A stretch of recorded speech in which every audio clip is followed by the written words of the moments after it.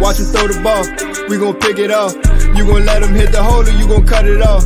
You gon' play through 4th and long or you gon' punt it off. Your defenders heavy hitters, put your pads in. Don't be looking for the ref to throw no flags in. Keep the helmet on, keep the cleats tight. You the type to want to win by any means, right? You should look alive. This is Trap or Dive.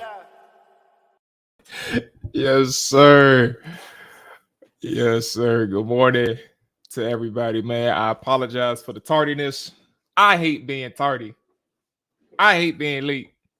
But yeah, man, I had to handle some business before I hopped up on this screen right quick. You know what I'm saying? Let me go get my music going. What's going on to all the morning trappers? I see y'all in the comments already. I see y'all in them comments already. Oh, let me get my music going. You know what time it is, man. My music going. Boom, there we go. Let's get the administrative item out of the way. You are new to Trap Podcast. You know, hit that like button, hit that subscribe button, man. We 12 away from 1K. We 12 away from 1K, man. Let's make that happen. Twitch side, man. If you're watching on Twitch, make sure you hit that follow button. It's definitely appreciated. And all that good stuff. Twitter. I was talking to my boy Rye about this yesterday. He be so mad, cause he be watching on Twitter, and I be telling him, I'm like, bro, I ain't gonna see nothing you saying if you watching on there. Obviously, I appreciate you watching, right? But you gonna be a part of the show, go ahead and migrate over to that YouTube, man, and make sure you are locked in on that side. I think we are good with the administrative items out too. I'm so heated. I'm still heated about yesterday. Y'all gonna have me looking like a Heinicke stand in the chat during the film breakdown. Good morning to all the morning trappers. Good morning, Al2 Hawk. What's up, player? Good morning to you. This isn't gonna look good for a lot of players. What's going on, Peace Grab? Good morning to you. What's up, Dakota? What's up, little one? Rich, good morning. Mual, good morning to you. We have the worst time management I have ever seen. Taylor opened the door for Wentz unless we beat the Eagles. Love Taylor's heart, but that boy, just ain't it. Anthony Thomas, what's going on with you, player? Appreciate you checking it. Oh, that's what I was doing. I was like, why is my I had to hold on. Give me 2 seconds. Forgot I had to lock in on this film session, and here we go. Okay. All right. So let's go ahead and get into it.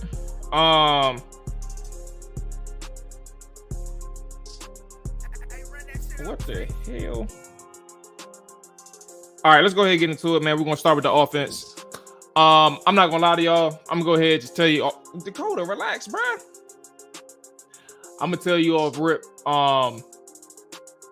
Damn near everything was negative that I charted. I do want to be clear though. There were several positive plays on the day, right? Throughout the offense.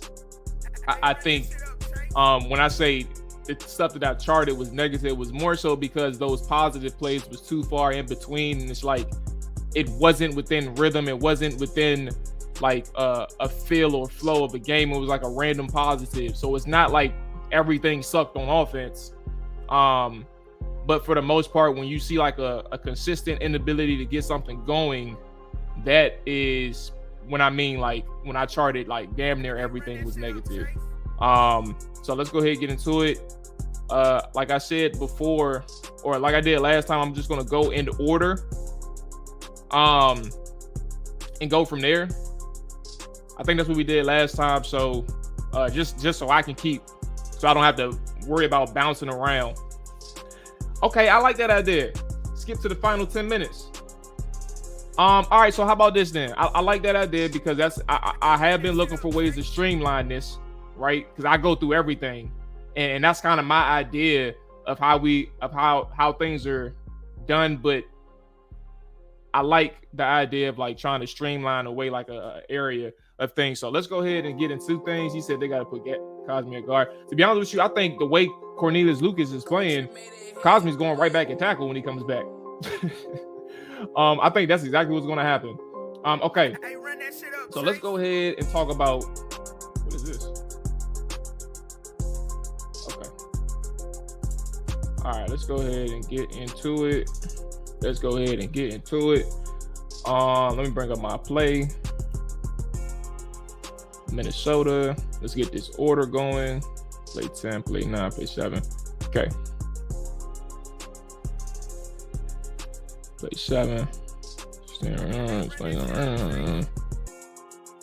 All right. I'm just getting my plays in order. That's all. Give me 2 seconds.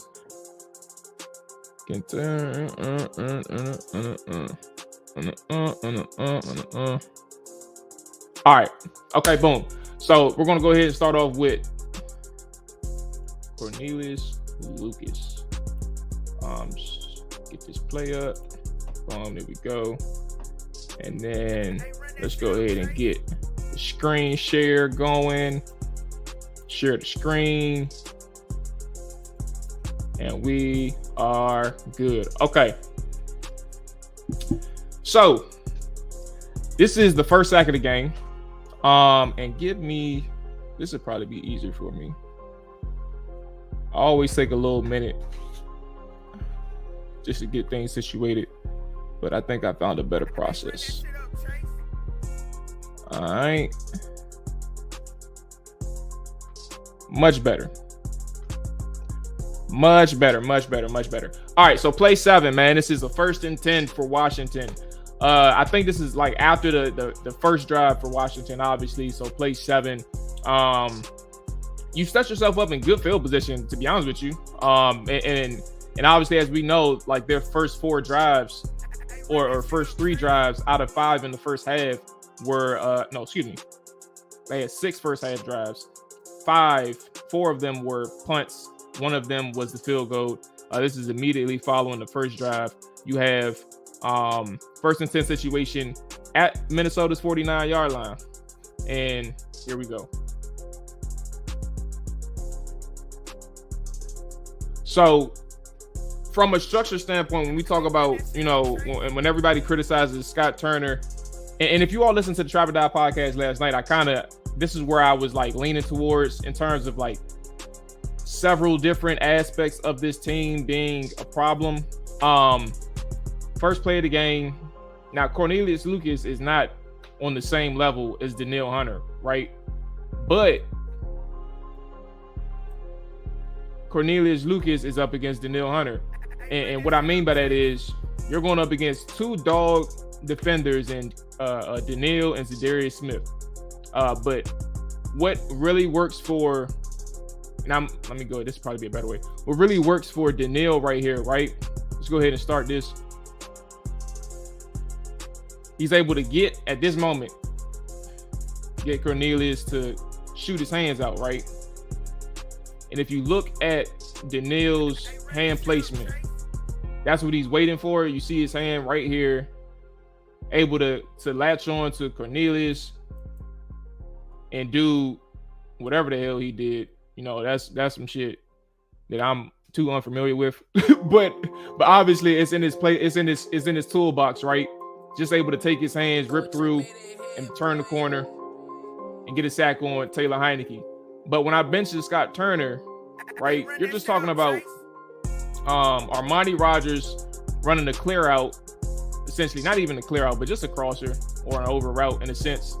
And you have a backside post or a skinny post, what looks like from De'Ami Brown, and you have a crosser underneath all of that action. And Terry McLaurin he has some separation, right?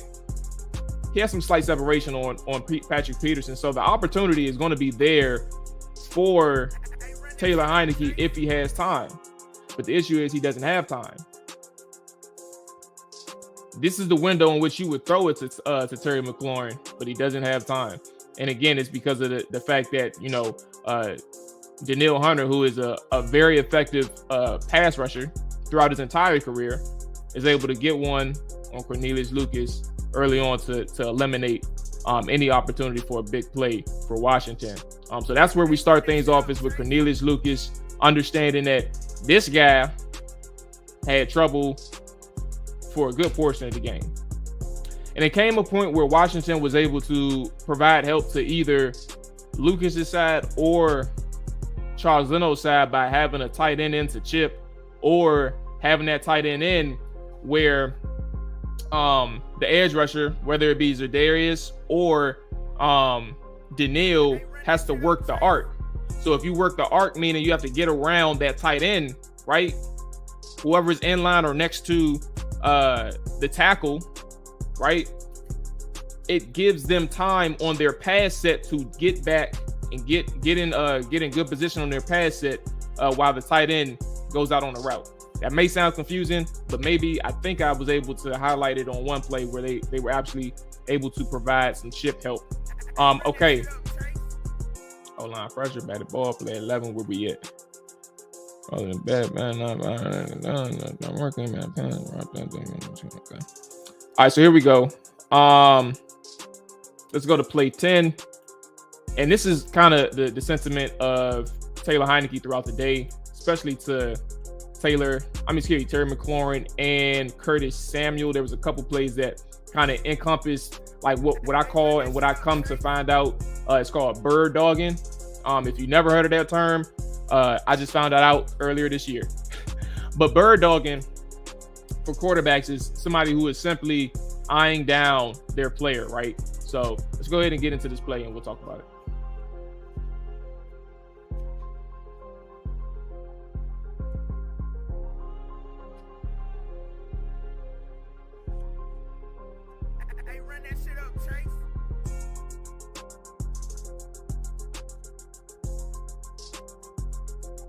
Okay, so I wanted to show both angles before I started talking because this is important. It was a completed pass, right? 17 yards or 18 yards can't take that away, right?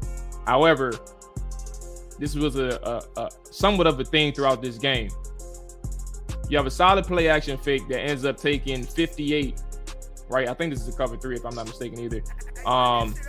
But he ends up heading towards the flat, right? So you have this guy moving towards the flat just a little bit, but ultimately, what brings 58 towards the hash is Taylor's eyes, right? So that allows him, when you see the other angle,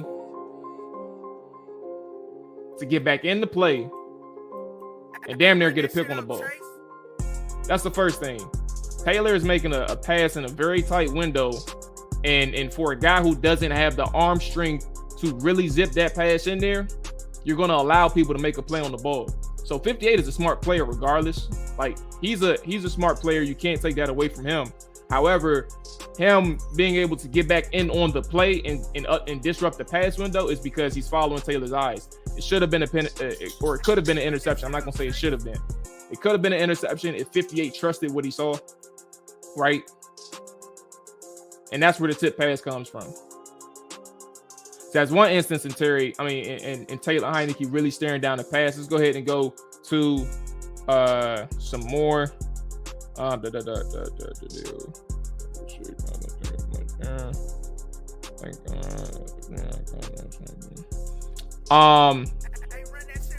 this the sack? Pressure. Yes. Let's go ahead and get to play 13, a 3rd and 8. I see everybody in the chat. I'm gonna go ahead and keep. I'm gonna go through this and then circle back to the chat. Ray of T, I see you in there, big dog. Good morning to you, man. Good morning. Good morning. If everybody's just checking in, make sure you hit that like button, make sure you hit that subscribe button as we keep things pushing over here. Let's go ahead and share the screen. This is going to be play 13. You have a 3rd and 8 situation for Washington, right? And we'll go ahead and keep going. So this situation right here, you kind of see the title, 3rd down sack with good coverage. We'll run it and then talk about it.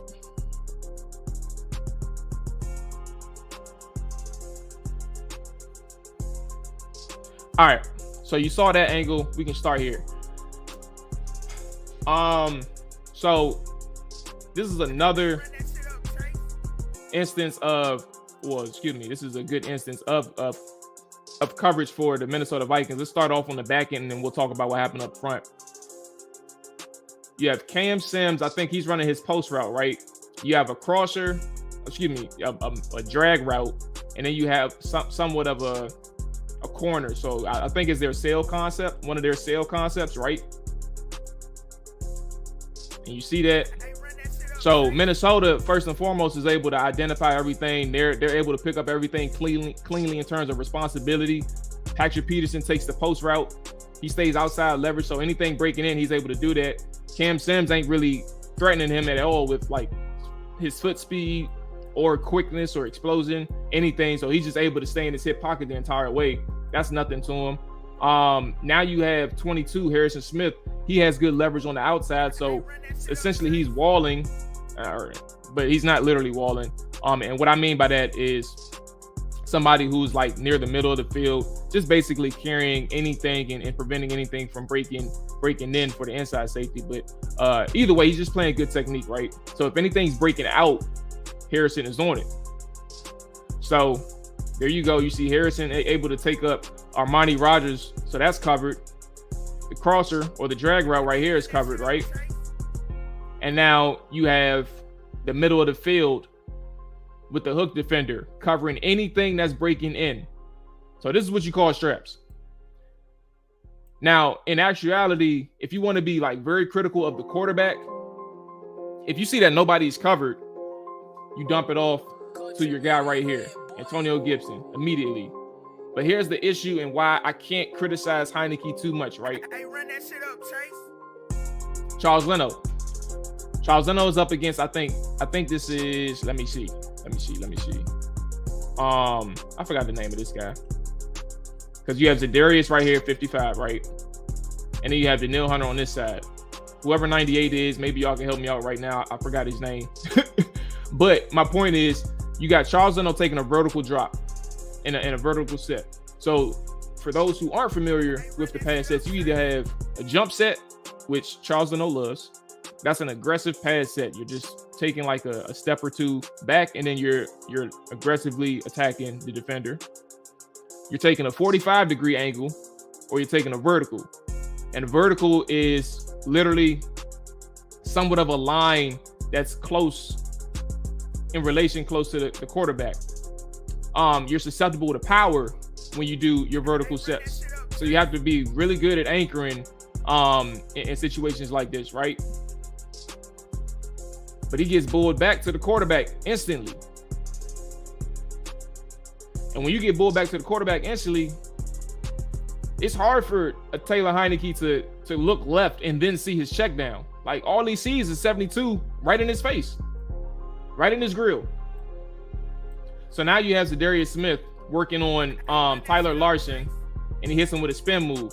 So all I'm saying in this instance, right, there's really good coverage downfield. Straps. Like, sometimes defense wins. It's hard for me to take away from what a defense did in a situation like this, right? The coverage, really good. But then if you have to check it down, you don't even have that option because 72 loses on this pass set. And then you have Tyler Larson giving up a spin move to Zadarius Smith. And again, Zadarius is a really good pass rusher, so you know it is what it is. But they're winning on third down. Taylor has nowhere to go. Has to eat a sack. Third down, punt the ball. Third down, punt the ball. Unfortunate. So Zadarius is 55, I believe. And Daniil Hunter is 99. 98, I forgot his name. I should have noted it. Okay, where we at? Play 16.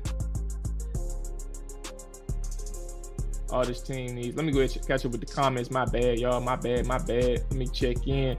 Like I said, Red TSCU player, good morning. He said if Turner incorporate a fullback into his formations, they would have better results. Burn them. Nah, man, come on. All the jerseys is cool, man. Y'all gotta see them in person. I don't know if y'all been to the games. I went to the Dallas game, and then I know obviously they had the blackout last week against the Vikings. Y'all gotta check them jumps out. If you were smart, you use Robinson as a fullback, like Tampa Bay used. Oh Lord, I mean that's what they got 48 for. Forgot his name though. They're gonna have to scheme several blitz packages from the Eagles. They're gonna force Heinicke out of that pocket. Heinicke must think he's Josh Allen. Just start. Feel like the O-line is allowing defense to push them back too far on a lot of these plays. Even in the video you're showing out, look at 10-13. Yes, sir. Like that's kind of where I'm getting at. Like if y'all mentioned, like I said, the show yesterday, man, I really wanted to emphasize this offensive line, and it's not just based on 1 week. Like this is a season thing. Like we talk about quarterback, we talk about offensive coordinator, but you can't get a lot done if your offensive line ain't even capable of holding up. And now we go ahead and get back to the film. This is a spot concept that we're about to show. Again, we're talking about Taylor Heinicke and his decision making. Let's go ahead and share the screen. Share the screen right quick. All right, here we go. All right, so let's go ahead and run it, and then we'll talk about it.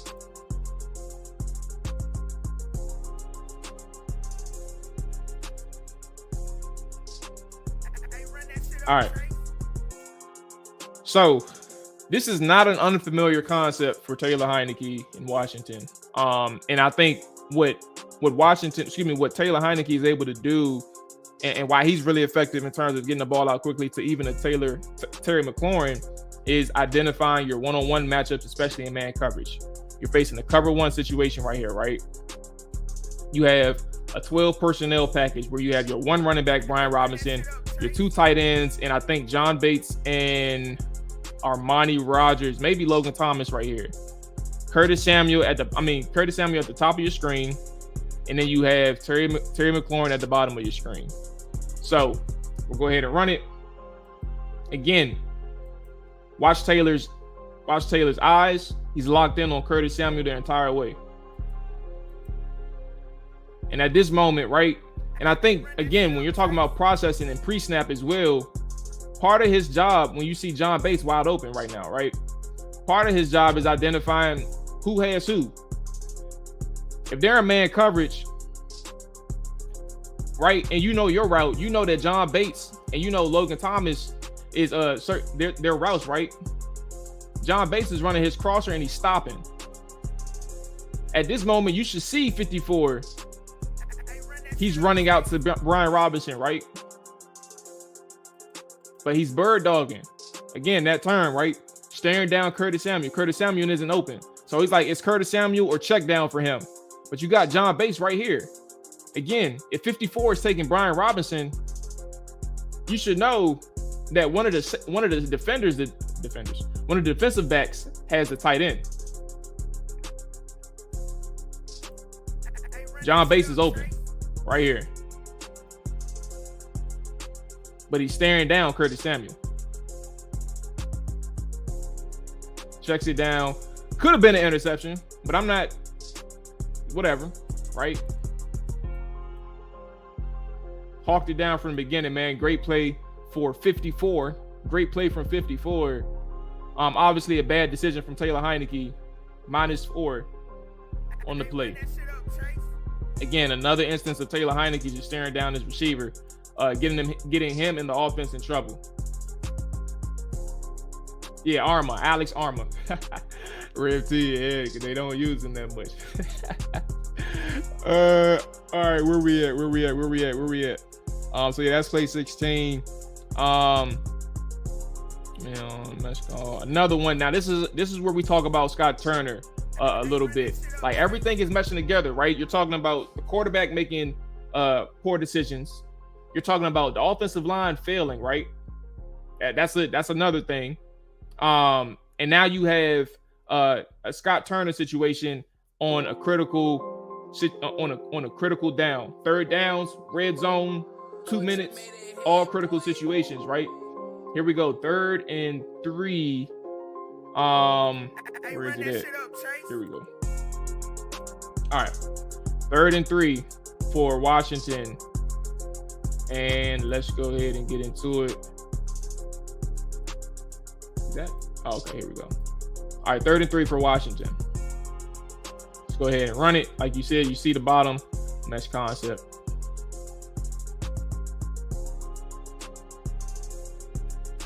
And you know what's crazy about this play? This is man coverage. This is cover one. Like they're passing this off with ease. The Vikings are. It's like they anticipated the crossers. Right? He sees his crosser. He sees his man breaking in. 54 sees Diami breaking in. and he's getting ready to wall. Like, he's taking anything vertically. 54 was. He was about to take anything vertically, but now he sees that Diame is breaking in right on a drag. So you see that. He passes it off. But not only does he pass it off, he anticipates Terry McLaurin coming on the crosser. So now he disrupts the play right here. Again, you have your check down, but Taylor is looking for this crosser or this dig. So everything right here is taken. They pass off everything well. This is man coverage too, by the way. Look at the cornerback. Gives a jam to Diame. Ends the route, right? So here we go. Now we talk about the front side. Now we're talking about Taylor. Now you have Taylor having some pressure, right? Charles Leno gets beat by Zadarius Smith on the edge. He tries the jump set, right? But Zadarius is strong. Zadarius Smith is strong. He gets Leno off like 2 or 3 yards. He drops him back. But now you got Leno fighting for his life, right? Gets the rip under him, able to get a hand on the ball, and an errant throw. However, here's my thing. And while I'm showing all this, I want you all to see, like, everything was strapped. Logan Thomas is going up against Patrick Peterson. Do you think Patrick Peterson was beat on this play? No. He is in perfect position. And now you have, again, in a cover one situation, you have your middle linebacker sitting in the middle, taking anything in the middle away. So now we go back to Taylor Heinicke, right? If he's throwing to Logan Thomas, if it was an accurate pass, look, the ball got deflected and it sent it over here to the right side of the field. If an accurate pass is thrown to Logan Thomas, what happens? 58 is right there in the throwing lane. Patrick Peterson is on his ass. Patrick Peterson is on his ass. That's an interception. That's an interception on a mesh call that the defense probably saw coming from film study. So to be honest with you, Charles Leno giving up pressure saved Taylor from a probably a possible disastrous play. Yeah, that ain't good, man. That ain't good. It delayed his throw, but I think it was a one-week throw and Samuel was locked. If he looks off to base, he has throw. Probably feeling Z Smith pressure, trying to speed up the clock. Yes. Okay. Let's go ahead and continue. Kick out.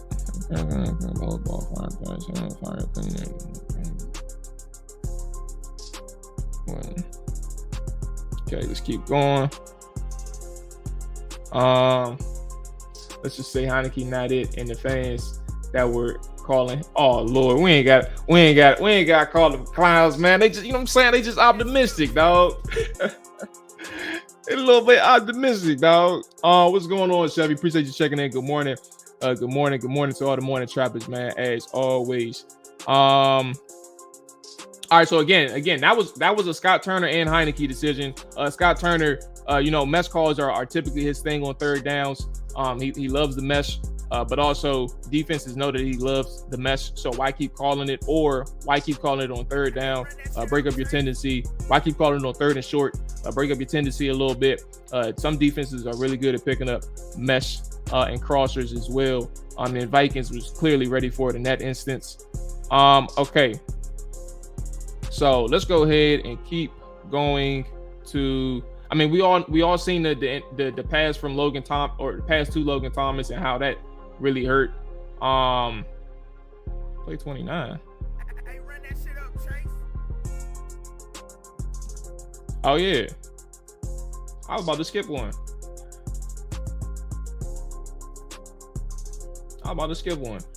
Let's go ahead and get to play 29 right quick. And then right after play 29, we got the play that everybody. It was wicked. Let me share the screen right quick. My bad. Presidents, and here we go. All right.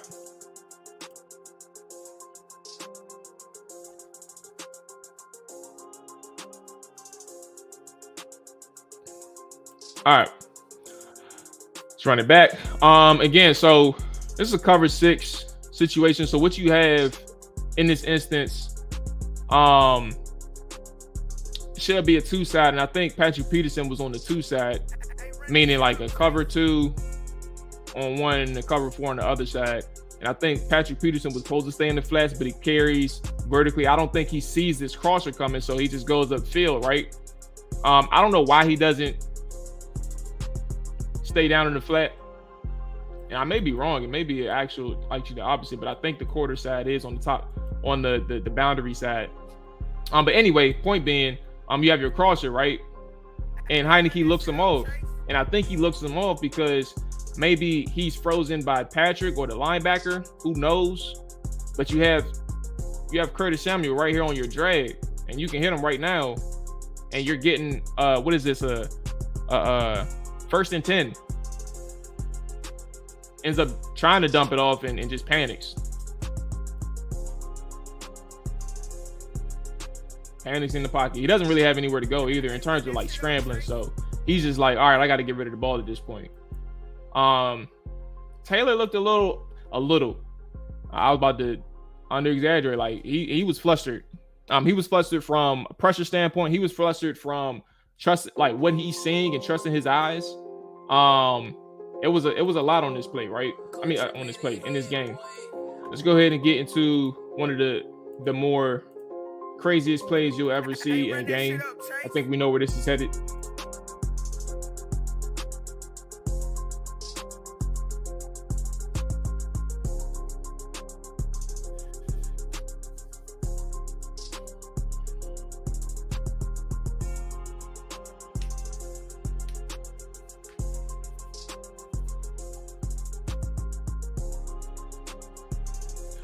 So as you all can see, Taylor was committed the entire way to Curtis Samuel. This is one of their like dagger concepts. Again, like someone like they said earlier, they have their concepts within a play. I mean, within a game, right? And you have your dig on coming from the field side, right? You got your crosser, or your over route. You got your post with Curtis, and then you got your dig right behind the over route. Dig is open, mind you. So the thing is, again, what's that word I used earlier? Bird dogging. He's doing it again. He's doing it again. And at this point that he's throwing it, right? Curtis Samuel has no step. He's doubled, right? Or bracketed, whatever you want to call it. You got a guy on his left, his inside. You got a guy on his outside. And now you got a safety roaming to the top because he committed. You see that throw motion? That means he's committed. So he's going. He's there in position. So you're talking about at least 3 plays already that should have been interceptions. Or could have been interceptions. With your back, with your field side dig right here with Terry McLaurin wide open. I think he's panicking. Obviously, like you would like to say that this pressure influenced his decision, but it didn't. He was committed to throwing it to Curtis Samuel the entire way. And for God knows why, I don't know.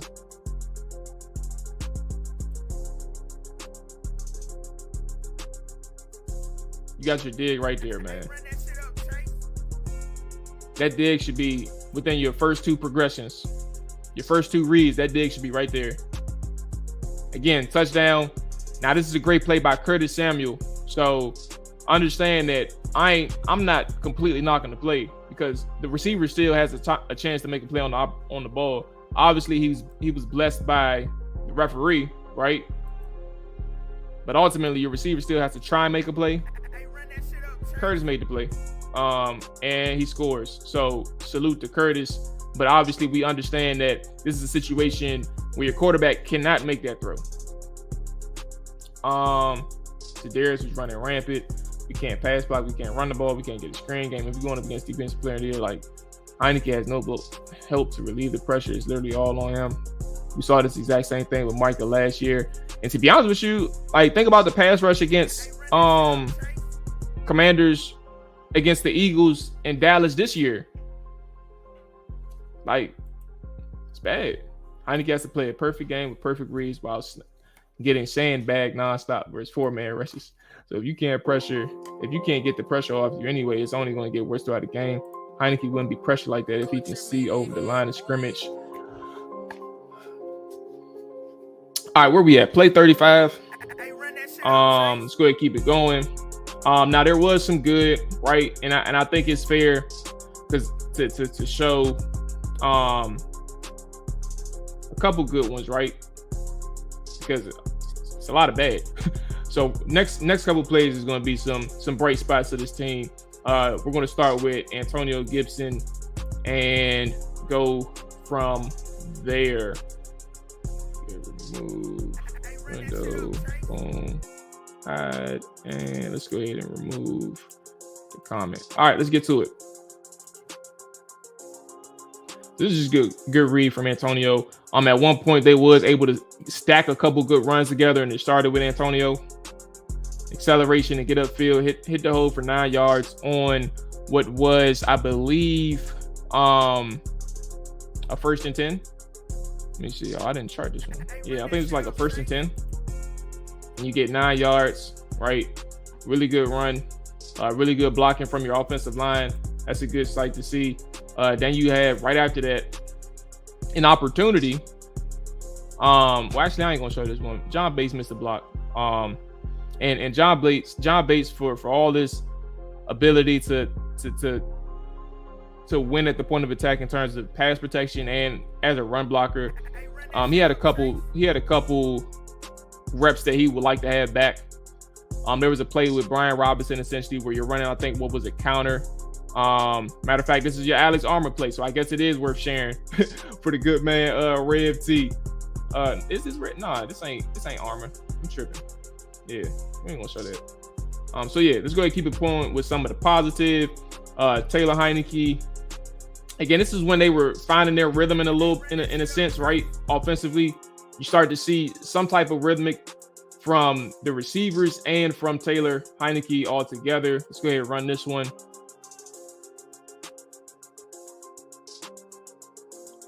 So again, a situation where you're talking about Taylor under pressure yet again. Let's start with Terry, and then let's start with and then finish with Taylor. So you got a man cover situation essentially, right? What is this play for? This 1st and 10. Off coverage, and at the break point, right? He's anticipating some contact, but he doesn't really. I think the good thing here, when you see with Terry McLaurin, is he's able to not push off with his hands, right? Not show his hands and not show any extension, right? He just nudges right into him. And both of them are on the same page. Pat P, he's not trying to touch him. He's not trying to draw no flags. Same thing with Terry McLaurin. Bumps right into him, able to break in, maintain some good speed, right? So he has about 5 yards. I sliced it. He has about 2 to 3 yards of 2 to 3 healthy yards of separation right here on your breaking in route. The ball is slow, a little behind him, but that's as a result of the pressure that Taylor Heinicke is facing, not necessarily because he had time to deliver a really good ball. So you're seeing what happens. 69 Tyler Larson, right? You got a stunt coming in on the left side of the offense, right? Between these two, 92 and 55. And then you got a late corner blitz. Another, like, come on, bruh. Darius Smith is a monster. He didn't even get touched. He did not get touched. So this is some really good competitiveness from Taylor, just to stand in there and understand that he about to take a hit regardless if he delivers a good ball or not. He gets there, he gets the ball off, able to deliver it to Terry McLaurin. And look at the throw, the launch point. Like, that's wicked. He didn't even step into his throw. Look at this.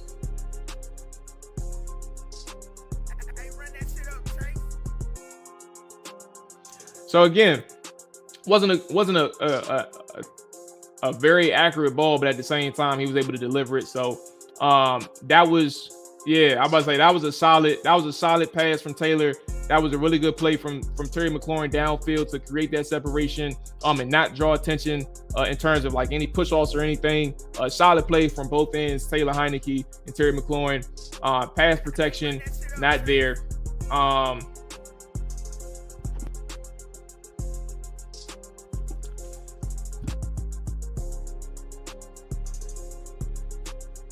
There we go. All right, let's keep it pushing. 7 plays later, you get a what is this? A 3rd and 2. Now, I don't know if you all remember, right, how I was going crazy with Curtis Samuel last week and how he essentially won the game for Washington. It was him. And how he was able to be effective on the scramble drill. That was him, right? His competitiveness is what really drives how effective he is in the game. It's the reason why you could use him in the backfield. It's the reason why he's really good after a play breaks down, and he continues to show himself week in and week out why he's a really good player for Washington. And in this situation, again, remember I said 3rd downs, red zone, 2-minute situation, 4th quarter, all very important factors to how you win a football game. It's all key factors to how you win a football game. And we'll let this one run and then we'll talk about it. You got Curtis Samuel right here. Oops, I didn't mean to. I didn't mean to do that. Hold on. All right. So again, Taylor Heinicke is facing pressure. You motion Curtis Samuel to the bunch look. Now his first instance, like, he's running the wheel all the way, but he's selling that out route and then turning upfield. Able to fight through that pressure right here at the bottom, right? Now I know it's a little, hold on, matter of fact, let me see if I can. All right. I know he's fighting a little pressure. You can't see it because of the words, but he's fighting through pressure right now just to even get upfield. But the awareness is what makes him stand out. Taylor escapes the pocket. And now Curtis is looking back and able to get that extension. I wouldn't even say extension. That's not fair because he didn't really cheat or anything, right? The cornerback is just out of sorts right now. Able to break his route off, come back towards the sideline, and create opportunity for Taylor. Secures the catch, 1st down. What's that, like a gain of 12 or something like that? Altogether, point being, scramble drills are important. And if you have good instincts, right, you have good sideline awareness, you have a good feel for space. Last week, he was winning in zone voids. He was creating these opportunities in zone. This is man coverage. So he's finding multiple ways to win when a play breaks down. That's a lot of separation right here. That's a lot of separation. And that's really good play strength. Just to simply get your man off you, bro. He's rapping you, get off me. Like, that's really good from Curtis. And he stays in bounds because he almost stepped out, right? Able to have that awareness, that sideline awareness to stay in bounds, makes a play, secures the catch, able to take a slight hit from your linebacker, extend the drive. Like, it's small things, right? But like, this is all part of an evaluation. Like, how good are your players in certain situations? Scramble drill, if you can trust a player like Byron Pringle for the Chicago Bears, I had to scout him March, April, something like that. And one of the things that I liked about him, one of the biggest things that makes him effective, right? Because he's a guy that came from the Chiefs. He's not a big name guy that came from the Chiefs. But what he's really good at is scramble drill. And I'm not saying that's why the Bears selected him or signed him in the offseason, but at the same time, when you have certain aspects of a player that benefits your offense, like, what does Justin Fields do a lot? He scrambles. He tries to extend plays as long as he can. If you have a guy who's really good and efficient and a person who does what? Scramble drill, you have a playmaker for your offense, and that's Byron Pringle. Now we look at Curtis Samuel, same guy. If you have a person who likes to extend plays in Taylor Heinicke, Curtis Samuel and Taylor Heinicke are very effective when plays break down, and you're starting to see that over the last 2 weeks. That's a 3rd down. That's a big moment in a game. I'm not going to ever undersell how big a third down is, and third and 2 at any moment, third down at any moment, just to extend the drive is very critical. So that was really good from Curtis Samuel to really see from him. We have elementary coordinators calling plays in a managed league. No QB going to excel with those play calls. I can't wait till we get coordinators who adjust, coordinators who have audibles at the line of scrimmage. Big time quarterbacks not coming here knowing they can't change plays. Well, we ain't getting no. We should be past the point of talking about. We should be past the point of talking about signing a big name quarterback. It should be about drafting at this point because, like, first off, Ron. To be honest with you, if I give y'all a sidebar, I think Ron and company don't have the patience to develop a younger quarterback, like to invest that first round pick and take a chance on, like, if you're like at pick 9 or pick 10 and say like we're going to sit here and develop you. I don't know. I don't think they have the patience to do that. However, I think we're past the point of saying that we need to get a big name draw.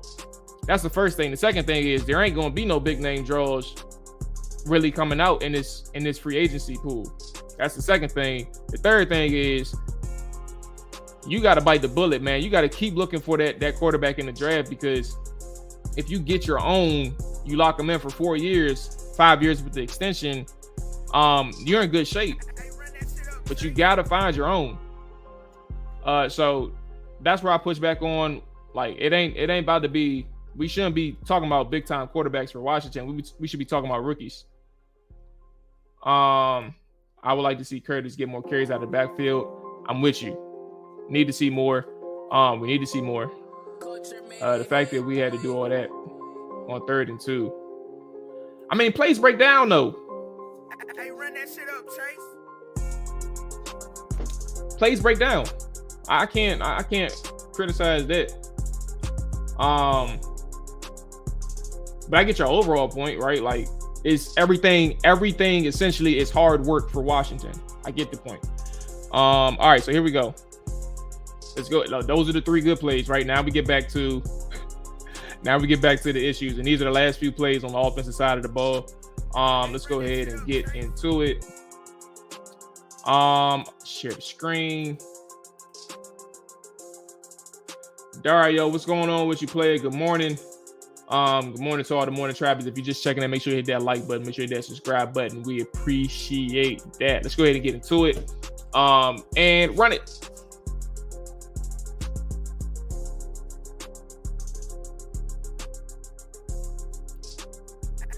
Now, if you saw Terry, I don't blame him for not making a play on the ball. This was just a terrible. What are you doing? What are you doing, Taylor? Again, what are we talking about here? The key term for the day is bird dog. If there's one thing that you need to learn out of this film session on offense, it's bird dog. All right, so here you go. You got a 3-man route. You got Brian Robinson coming out in the flats.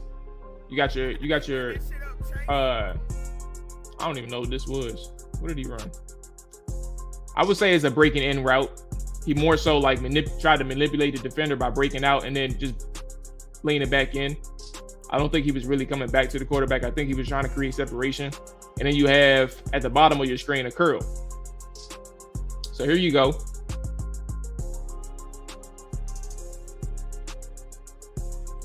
With all that time in the pocket, you make that decision instead of trying to scramble. Right? Here's your rush lane. This is a 1st and 10, mind you. So any yards on this situation, especially in a 2-man route, works. Just scramble. Use your legs. Right? So now you have Terry about to take a huge hit because you forced it into him. I do not blame him for saying fuck that. Like, look at his body language at the catch point. I'm not jumping for that. It was a high pass, mind you. So let's go ahead and get into it. 12 personnel, right? They don't bite on the play action. I don't blame you, Terry. I don't blame you. He sailed the throw. Terry would have had to jump up and make that catch. I'm not exposing my ribs for some bullshit. It's 3 people over here, bruh. What are you doing? And he sailed it. It could have been, again, like it would have been hard to say it was going to be picked off because he sailed it. But an accurate throw is likely a big hit on Terry or an interception. It was not an accurate throw. So you avoid disaster. Let's keep it pushing. We got a couple more plays, y'all. The Armani sweep was really good. I stashed it, but just to see his explosiveness was really good. Okay. So on that drive, the touchdown drive, right? This was like a give and take situation. Let's go ahead and oh Lord, I meant to hide that. I have not seen Jaren Hall at all. Like I haven't studied any quarterbacks yet. I haven't studied anybody from college. I'm so wrapped up with NFL right now. I haven't seen any film. I don't want to have the QB conversation yet. QB, not. It's QB, it's coaching, it's offensive line, bro. This shit is bad. Respectfully. This is on rookie mode. This real life, shouting. Heinicke threw a prayer. Maybe the curl. You just gotta run that. Yeah, you just gotta use your legs. You just gotta know sometimes that you can really use your legs. And you're gonna see a situation where he tries to. This is actually the play that he's gonna try to use his legs. And it's not necessarily a bad decision, but if you stay in the pocket, right? And like it's like a give and take. Sometimes you have to trust yourself and use your legs, which sometimes isn't bad, but then sometimes it's like don't quit on the play too much. Like if you all remember, right? Do I have this? Because I may have it. Yes. So it's actually the next play after this. You'll see the interception. Like remember, Taylor said after the game, I should have stuck with Dax Milne on that pivot route. It's similar instances where he should have stuck with a play or tried to use his legs and make something happen, right? So there's several instances where like it's a give and take where you have to understand when to use your legs, or you have to understand like, hey, stick with it, trust what you're seeing, because you can make something happen if you stay in the pocket and make a throw. Let's go ahead and keep pushing. Defense and perfect position across the board. Mr. Terrible. OC, perfect storm. The window was there. But Murder and Terry, yes. Like and that's where I'm getting at. Like Terry, if you have a good throw, he's not gonna bitch up and not catch it. But if you sail the pass like he did, he ain't about to jump and take a hit from three defenders trying to kill him. So yeah, the window was there, right? It was a poor decision. And if you hit the throw, you really gotta hope that none of these guys get a hand on the ball or they jump it, and things like that. So let's go ahead and keep going and share the screen and get back to what I was talking about. Again, you have an option. Keep in mind, you have an option to scramble or stay in the pocket, and you'll see the decision that he makes. Damn, I'm showing you with the. Okay, here we go.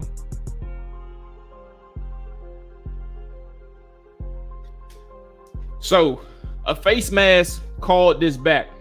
And mind you, again, this is 3rd and 10 on the drive in which Washington scores the touchdown. So instead of a 17-7 lead, you would have had a 13-7 lead, right? It could have changed the trajectory of the game. And then you have to assume that Joey Slye makes the field goal, right? But let's talk about the play. I think this is a cover 4, what looks like a cover 4. I can't remember how I noted it, but it does look like a cover 4 in a sense. But you have simply Terry McLaurin breaks on the skinny post, wide open, immediately.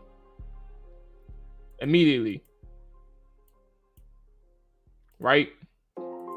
So you see at that moment that Terry breaks in for that post, Taylor is starting to drop his head and look for a scramble lane. Again, on 3rd and 10, 3rd and 11, he's scrambling to his left.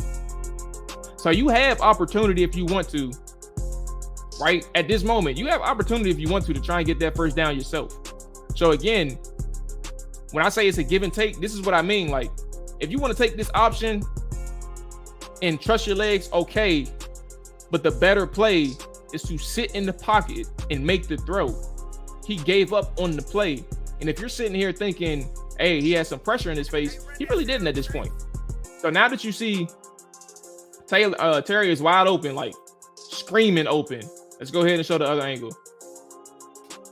Obviously, as you see, it's like an overload in a sense, or excuse me, they're showing double A pressure.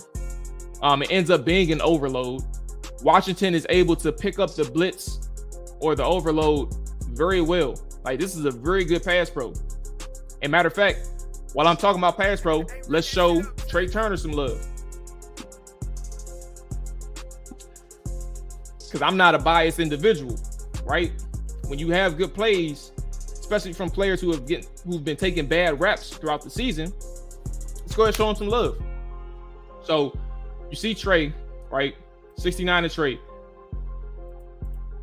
Leveraging both ends, right? Making sure that nobody crosses through, right? And now he has, I don't know what number that is, right? I don't know what number that is, but he's able to manage this, right? So now at that point, 69 overtakes whoever this is, the linebacker. And Trey Turner ends up being one-on-one with 90 whoever. Charles Leno has the inside. And Antonio Gibson is reading inside out. And now at that point, he's able to get outside and make the block. So again, let's go back to the fact that Taylor Heinicke has time in the pocket, but he gives up on the play. Why are you giving up on the play? Step up, make the throw. The touchdown's there. Why drop your head? So this is where you get in trouble. He thinks that he has a lane right here, right? But Zadarius Smith has eyes on him. That lane that he thought he had closes. And Zadarius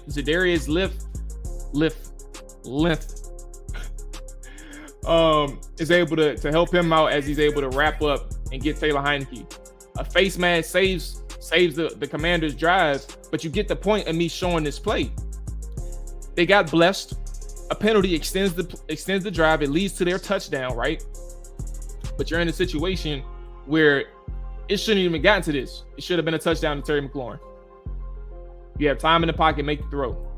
Pass protection was perfect. The interior picked this up well. Hey, run that shit up, Chase. Picked it up well. Make the throw. Make your offensive line look good. What are we doing? What are we doing? Lack of trust in the protection. Oh man. So yeah, that's that. So now again, same thing, right? When we talk about oh my bad. Hey Jay, where you at? Good morning, man. I did not notice your comment or mention your comment, man. Good morning to you, bro. How you feeling? How are you feeling? Okay. Let's go ahead and get back into it. Like I said, the very next play, it's the same decision, right? When we talk about sticking with something, trusting something, he's not doing it, and he didn't do it in this game for a good portion, right? So we know based on what he said post game that the answer is already here, right? We'll already see that Dax Milner is going to be open. Look how quickly he gets off on the play, right? Let me go ahead full screen this. My bad. So as soon as the snap starts, he doesn't even give the play a chance. He's already off Dax. He's already off Dax. That was his primary. Dax was his primary. You got your safety. Your I don't know who this is. I think it's Terry. I want to say it's Terry. You got Terry running up the seam, or basically running toward the boundary. I'm sorry. And that clears out space for Dax Milne underneath. So you choose to again, like he said, he gave accountability. He should have stuck with Dax Milne, right? But why make a more difficult throw for yourself? Why do that? Why make a more difficult throw for yourself? Sure, the window for Logan is there, but your primary says that he's wide open. This is a what, a 1st and 10, I believe. or maybe a 2nd and 7, I think. Hey, run that shit up, Chase. Come on, man. So again, when we talk about like those decisions, you can't give up on plays as quickly as he is. That's a problem. That's a problem. And now we got the last one. This is the drive. What is this? This is immediately after they tie the game up, right? So 17-17, tie ball game. And this is the last play we got on offense because we kind of know, like, after this, they went 3 and out, right?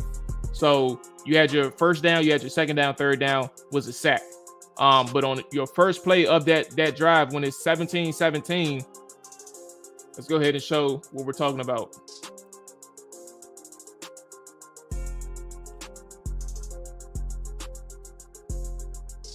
Everything's covered downfield.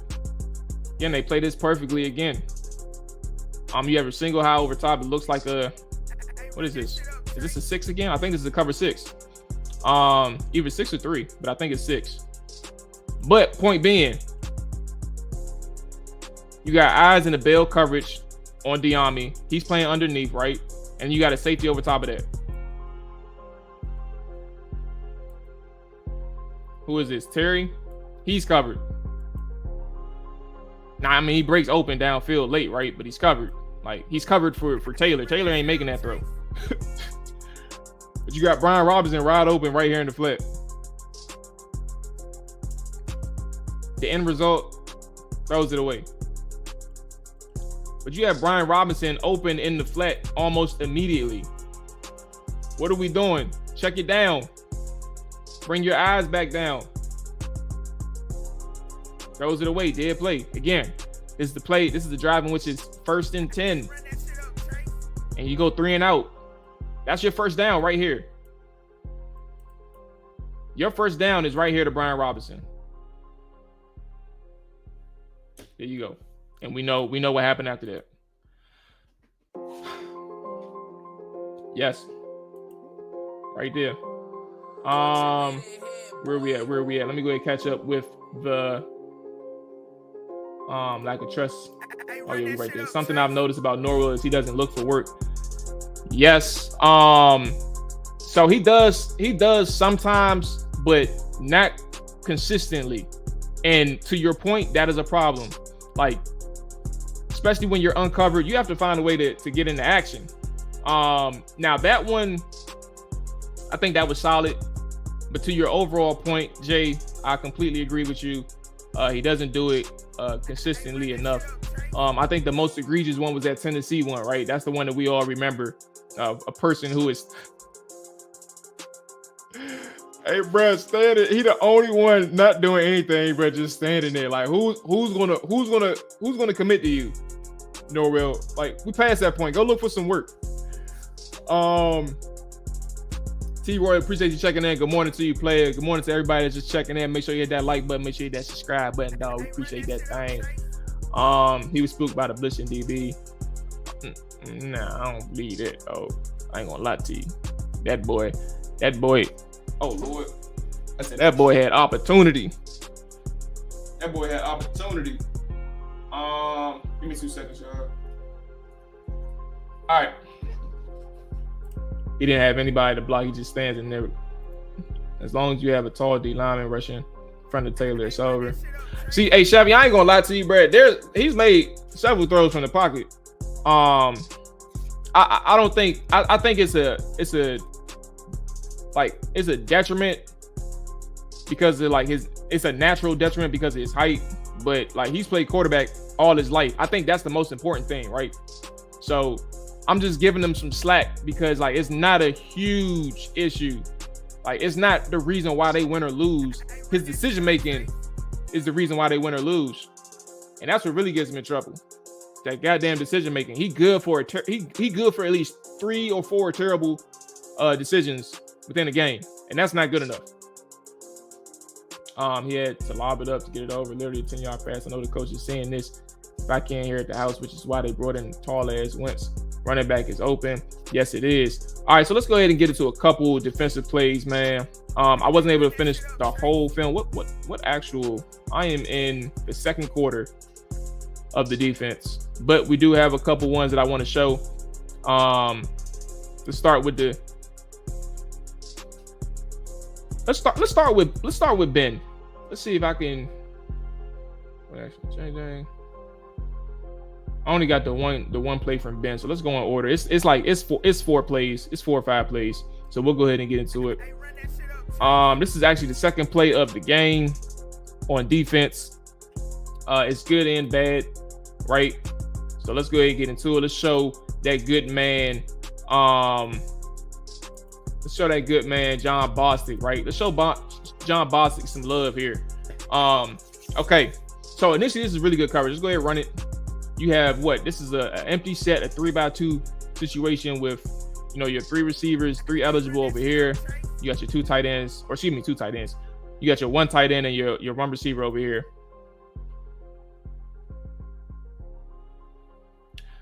So we have a good and bad on this play. All it takes is one person to really mess up, right? And if you're looking at this, you kind of see who messed up. So here we go. Let's start with the good. Cover 2 situation has everything. Hey, everything is covered right here, right? What you're seeing in this instance is John Bostic walling. He's taking anything away over the middle. So he sees that. Who is this? I don't know who this is. I forgot the receiver's name. But you see he's climbing vertically, right? He has eyes on quarterback. He has eyes on receiver, taking anything away over the middle because your safety doesn't have that, especially in the cover 2, doesn't have that ability to just break in and take anything away in the middle of the field. So somewhat inverted in a sense, or somewhat Tampa 2 in a sense, but at the same time, just the technique altogether to take away anything breaking in for John Bostic and having the discipline to not bite on anything is really good. That window is closed because he has that breaking in. This ain't a curl route. That window is closed. But now you have Danny Johnson right here, right? On your cover 2. Justin Jefferson is right here. He's starting to read Kirk Cousins' eyes, right? And Kirk Cousins runs outside. Boom. That's all it takes. You gotta trust your cornerback. Ben St. Juste is right out there, right? You gotta know your teammate's assignment. Why are you jumping on that? And now there you go. So again, really good coverage before the play breaks down, right? Really good coverage from everybody. That's a win. You will hope your defensive lineman is able to get home in the situation, right? But Kirk is able to break contain, and now you have Justin Jefferson, who's really good, right? If you're not disciplined, he's going to take advantage of that. Boom. Wide open. But again, solid coverage for solid initial coverage. Good play from John Bostic, right? Take away that middle of the field. But then you have Danny Johnson, eager to make a play, ends up messing up, right?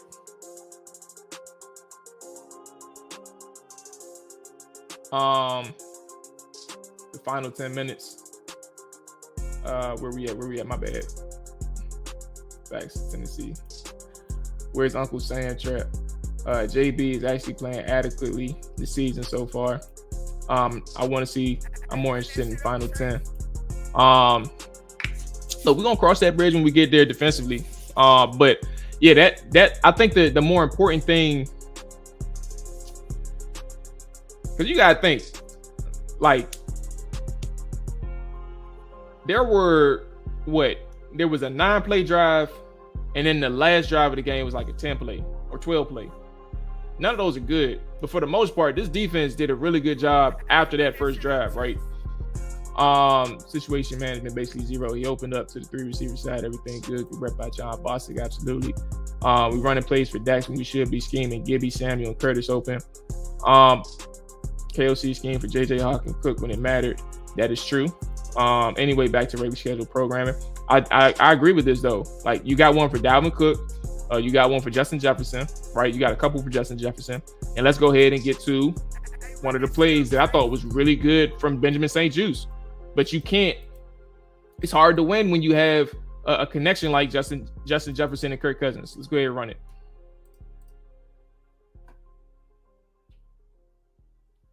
Let's start from the line of scrimmage. This is simply man on man, right? You got a one-on-one on the boundary side, bro. Boundary receiver versus boundary corner. Who's going to win? So let's go ahead and start it. Boom. Again, the words are in the way, so I apologize. But if you're looking, matter of fact, I'm gonna go ahead and play it so you all can see it. But look at the jam. The jam is what initially helps Benjamin St-Juste win, right? Good placement, hands on that inside shoulder. He knocks off the timing immediately. But then you have a good ball by Kirk Cousins, right? Which is hard for any cornerback to beat if you have an elite receiver in Justin Jefferson to make an adjustment on the ball and box you out with his body. So we're going to, Benjamin St-Juste was in phase, so we're going to look at it from the top. Look how Benjamin St-Juste starts off jamming Justin. He gets 2 hands on Justin, wins at the line of scrimmage, right? Able to stay in his hip pocket, but a better or a very good pass beats him. It ain't much you can do about that. Look, hey, you saw it, right? Look at his hands. Like, what can I do? What can I do? Ain't much he could do. Let's play 7. Let's go ahead and wrap up a couple more. I'm gonna show that man. Yeah, I ain't gonna like this one. Actually, let's start with Daron Payne, and then we're gonna end on the last 3. A couple more plays with John Bostic. Actually, John Bostic, y'all not gonna like this because everybody tired of John Bostic. Let's go ahead and show Daron Payne right quick. Show him some love. Jay Tyler, I don't know if you remember too. Remember, like, one of my things with Daron was that he always wins with quickness. He just had to develop those one-on-one rush moves and those pass rush moves, right? But let's go ahead and run this play, and then we'll talk about it from a macro perspective. Hey, this is a 3rd and 11. Again, how did Daron Payne win this? Quick. Hey, very quick. 67 wasn't even ready for it. Got inside, was able to finish, closing on the sack. Very good, right? Now let's talk about the back end. I'm giving credit to Daron, right? I have no negative comment for Daron Payne. Very good ability to close on 3rd down and end the drive for Minnesota, because if you look in the coverage, and if you look in the slot, Danny Johnson is lined up against Justin Jefferson. You have a cover 2 man situation, what they may call cover 5. Who knows? Or cover 7, I believe. I don't really remember. Anyway, cover 2 man. So man across the board. Your safeties are playing towards the sideline. Look at that slot.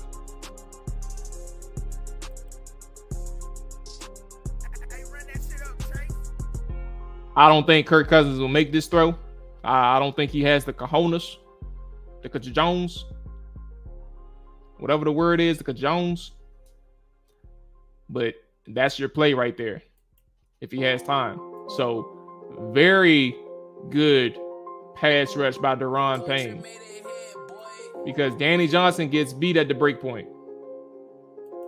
He has no safety help. He has no safety help on Justin.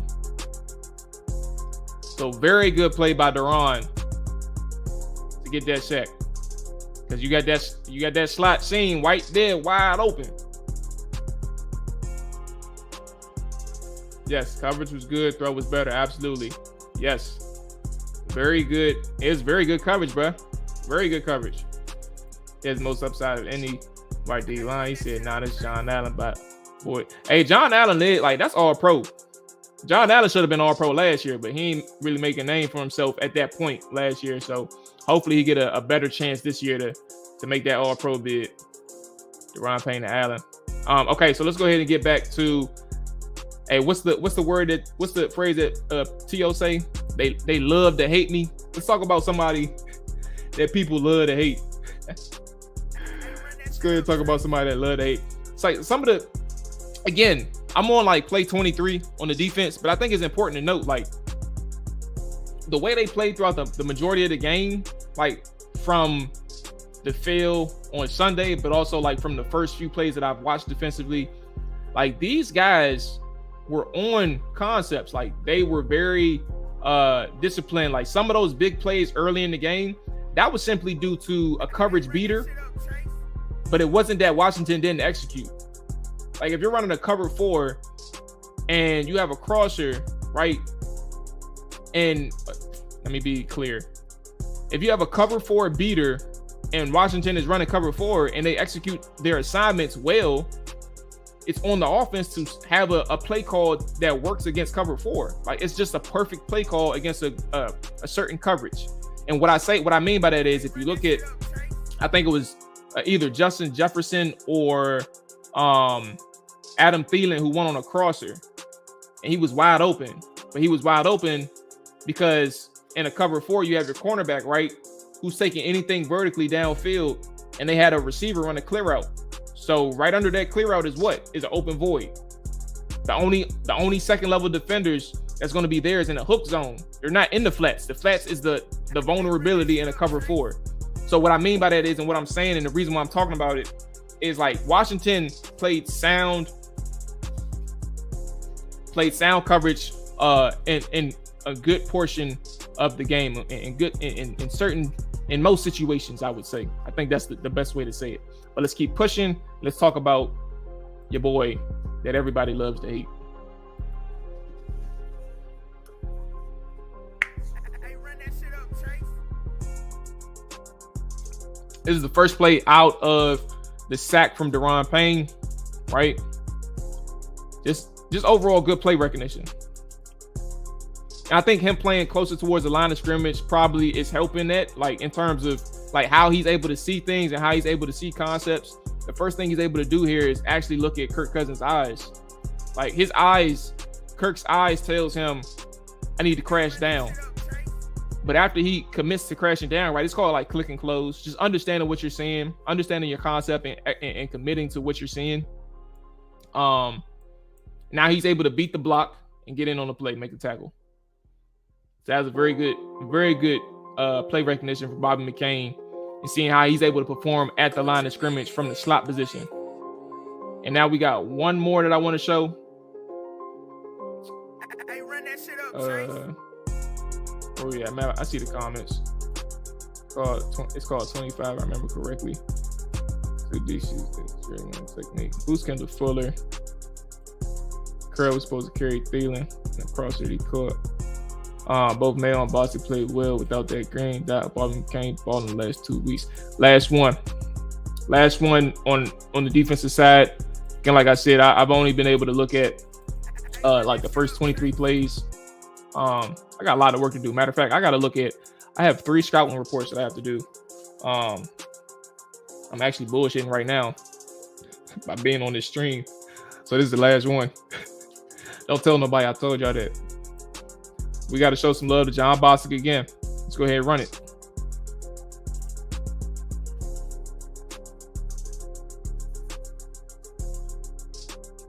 Hey, run that shit up, Chase. Good hit. But let's start from the top. You got that boot action, right? Now, here's the thing.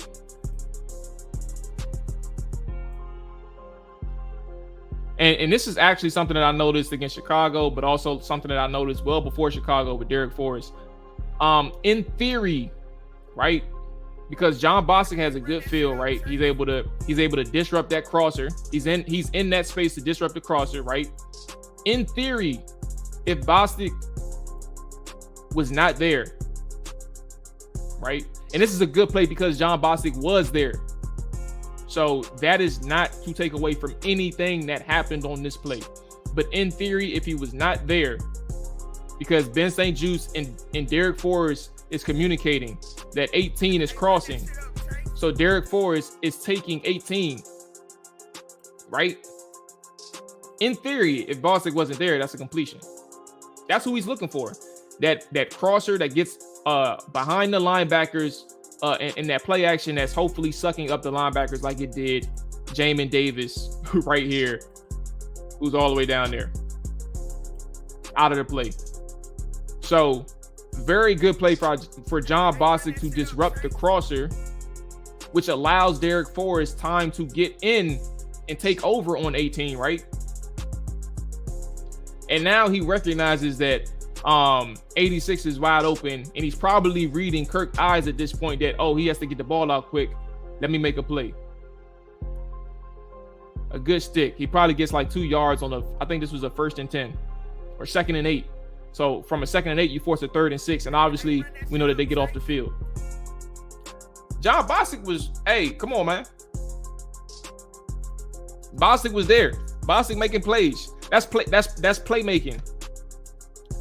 That's playmaking. So credit to him, man. Very good job for John Bostic, at least early on. I haven't seen the rest of the tape, so I don't know where if things went, another direction. There was a couple of negative plays early on, but that didn't fit the bill in terms of like it was a constant theme, so it wasn't really worth showing. Like obviously on the offensive side of the football, we show more negative because that was the constant thing. Defensively, you're not really seeing that much, at least the first 22 plays in. So I just wanted to make that be known. Okay. All right, so I think that's it for me. Quietly, Jamin Davis and John Bostic looking better than Jamin Davis. Are we making that leap? John Bostic only been around for 2 weeks, Saudi. But you know what's funny? John Bostic only played 8 snaps against the Colts. It was really David Mayo that played a lot. But maybe that's probably, matter of fact, let's see how many snaps John played against the Vikings. Let's see. Snap counts where they at. So we had John Bostic play. We about to go outside, Dakota. Relax. Where John Bostic at? Oh, John played 65% of the snaps this week. David Mayo played.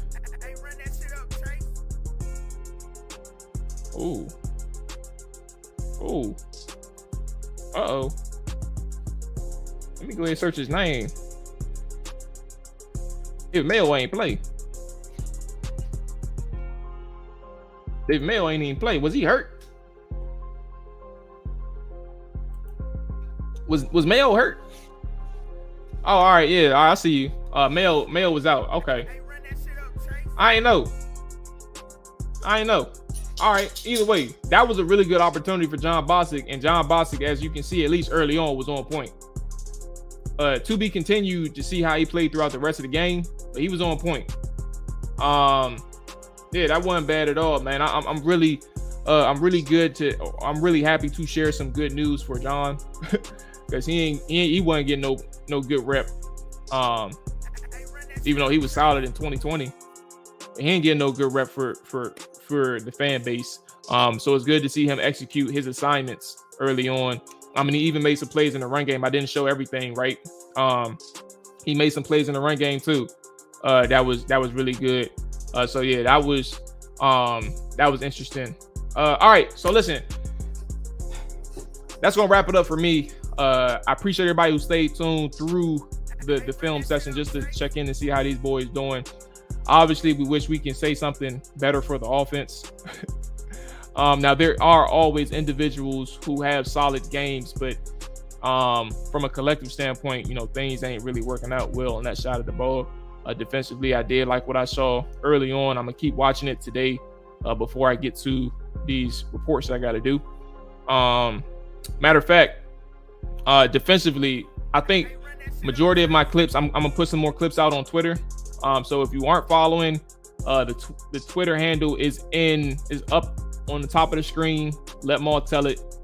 I'll put the rest of those clips defensively on Twitter, and we can chop it up on social media as well. So yeah, that's that. We will be back. What's today? Wednesday? Yeah, so we back tomorrow for the preview. We got somebody coming on from the Philly side, so we're gonna chop it up with him as well for a few minutes to get a gauge on how good Philly is this year. And I know that sounds like a dumb question, but I still don't think that they a top 2 team. I still think that they number 3, behind Buffalo and Kansas City. But to that point, we're gonna chop it up with Philly tomorrow and check in with them boys and preview the game for Monday night. Hopefully we get Jahan back and Cole Turner back. We need them boys. I want to see them rookies play. And I think that they can really help the offense, to be honest with you. Flat out. I really think that they help the offense. And it's unfortunate that we haven't been able to see those two, stack games together and see how effective they can be in this offense. And then later today, y'all, we have the All 32 side of Chopper Dive coming out 7 p.m. on the channel. So stay tuned for that. Always good show, always good comedy over there. So yeah, that's that. Let me go ahead and check in. Yes, sir. Big Simp, God bless you as well. Y'all being too harsh to Holcomb. His play picked up throughout the year. He playing well for the injury. Hey, y'all heard Al too, man. Y'all heard the boy. But yeah, that's gonna be it for me. Y'all stay safe. Enjoy y'all day. You know what I'm saying? Get some more coffee if y'all need it. I'm about to eat my breakfast. Get back on my grind. You know what I'm saying? So y'all stay safe. Enjoy y'all day. All that good stuff. We out here. Peace. Where my screen at? There you go.